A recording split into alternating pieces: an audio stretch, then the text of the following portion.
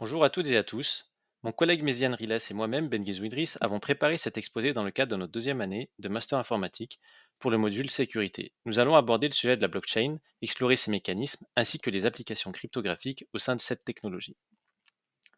La blockchain, émergeant comme une révolution technologique, redéfinit fondamentalement la gestion, la sécurité et la confiance dans les transactions numériques. Cette innovation trouve ses racines dans le contexte d'un monde numérique complexe où la décentralisation et la sécurité sont des enjeux de taille. C'est là que la cryptographie et le consensus interviennent. Mais avant ça, qu'est-ce que la blockchain? Elle est définie formellement comme une technologie de stockage et de transmission d'informations fonctionnant de manière décentralisée et sécurisée, et a été introduite en 2008 par une personne ou un groupe de personnes sous le pseudonyme de Satoshi Nakamoto. Concrètement, il s'agit d'une chaîne de blocs, chaque bloc contenant une liste de transactions.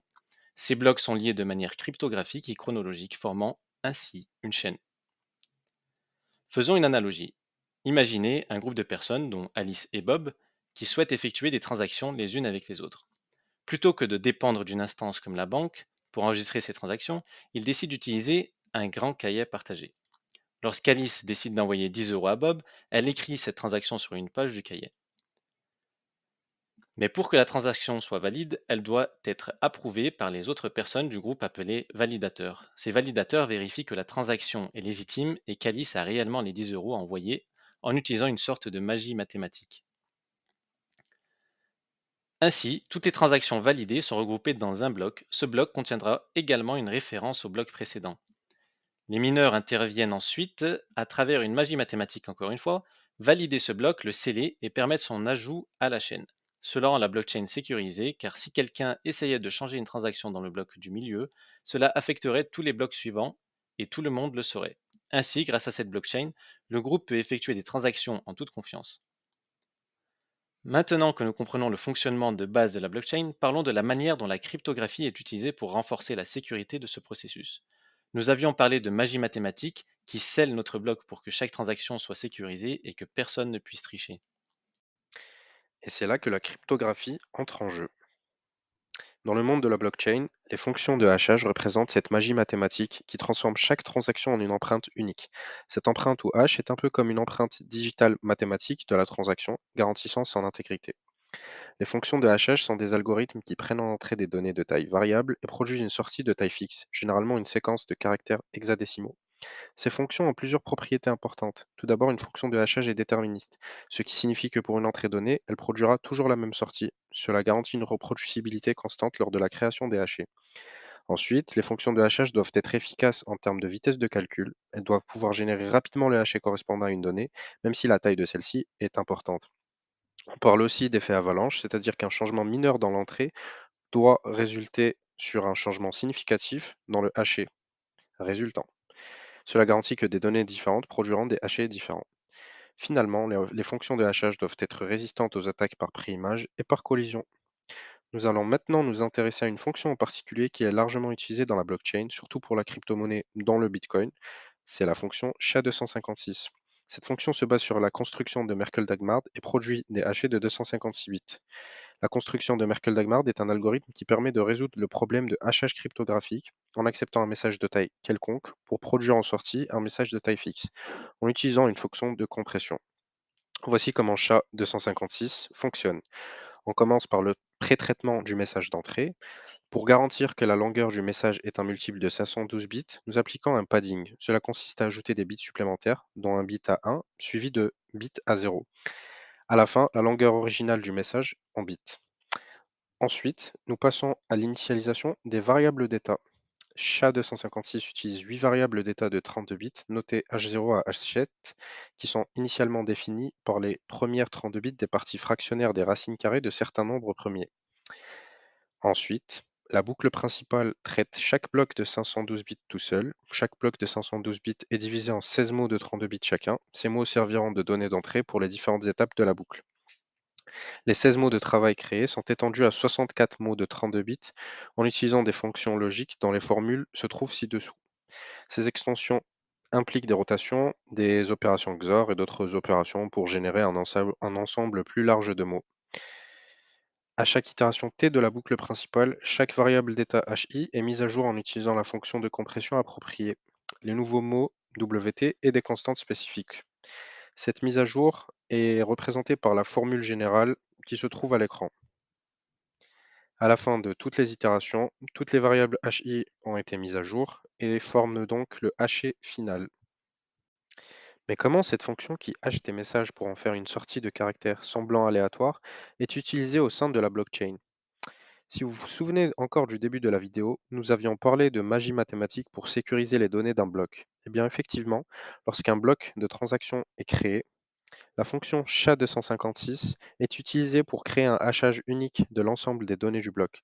Cette empreinte numérique garantit l'intégrité des données car toute modification, même mineure, dans les transactions entraînera un hachage complètement différent. Comme vous pouvez le voir sur cet exemple, un petit zéro ajouté au montant de la transaction entre Kyrell et Méziane change drastiquement le hash du bloc. Il est alors très facilement détectable comme étant un bloc falsifié.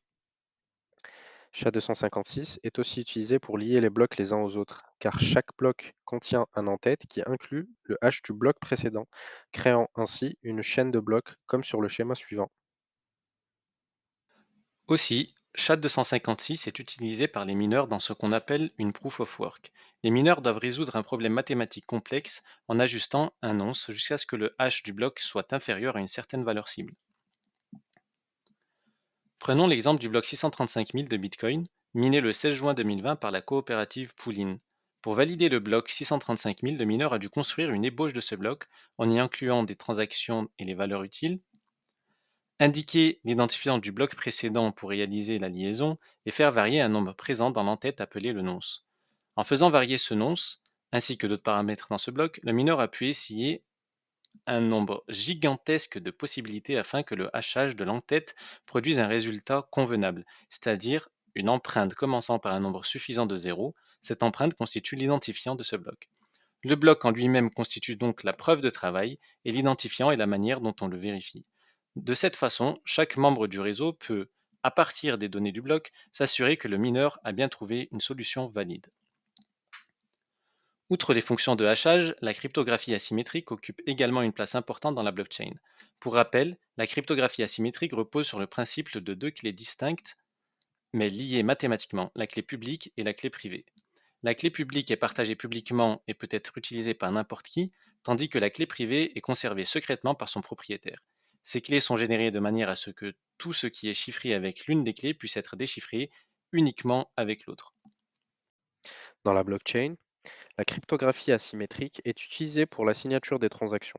Chaque utilisateur de la blockchain possède une paire de clés, une clé privée et une clé publique. La clé privée est secrète, tandis que la clé publique est partagée publiquement. Lorsqu'un utilisateur souhaite effectuer une transaction, il utilise sa clé privée pour créer une signature numérique spécifique à la transaction. Les autres utilisateurs peuvent ensuite utiliser la clé publique de l'expéditeur pour vérifier la signature. Si la vérification réussit, cela prouve que la transaction a bien été signée et initiée par la personne ayant la clé privée. Deux algorithmes sont largement utilisés pour effectuer cette signature, DSA et ECDSA. Le DSA pour Digital Signature Algorithm est un algorithme de signature numérique qui est largement utilisé dans la blockchain. Il repose sur des opérations mathématiques complexes, notamment des calculs modulaires. ECDSA, quant à lui, est une version améliorée de DSA qui utilise des courbes elliptiques pour effectuer des opérations cryptographiques. L'algorithme DSA fonctionne de la manière suivante.